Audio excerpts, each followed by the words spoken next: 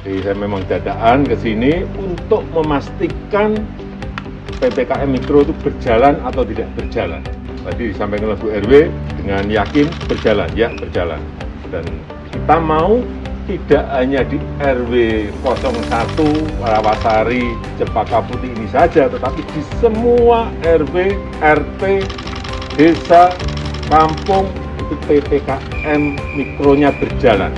Oleh sebab itu saya minta betul Gubernur, Bupati, Wali Kota di seluruh tanah air, dari Sabang sampai Merauke, dibantu oleh Pangdam, Kapolda, di tingkat lebih bawah, Danrem, Dandim, Kapolres, menggerakkan Babinsa, Babin Kamtipas untuk mendampingi Pemda, mendampingi Kelurahan, mendampingi RW dalam rangka pelaksanaan PPKM Mikro.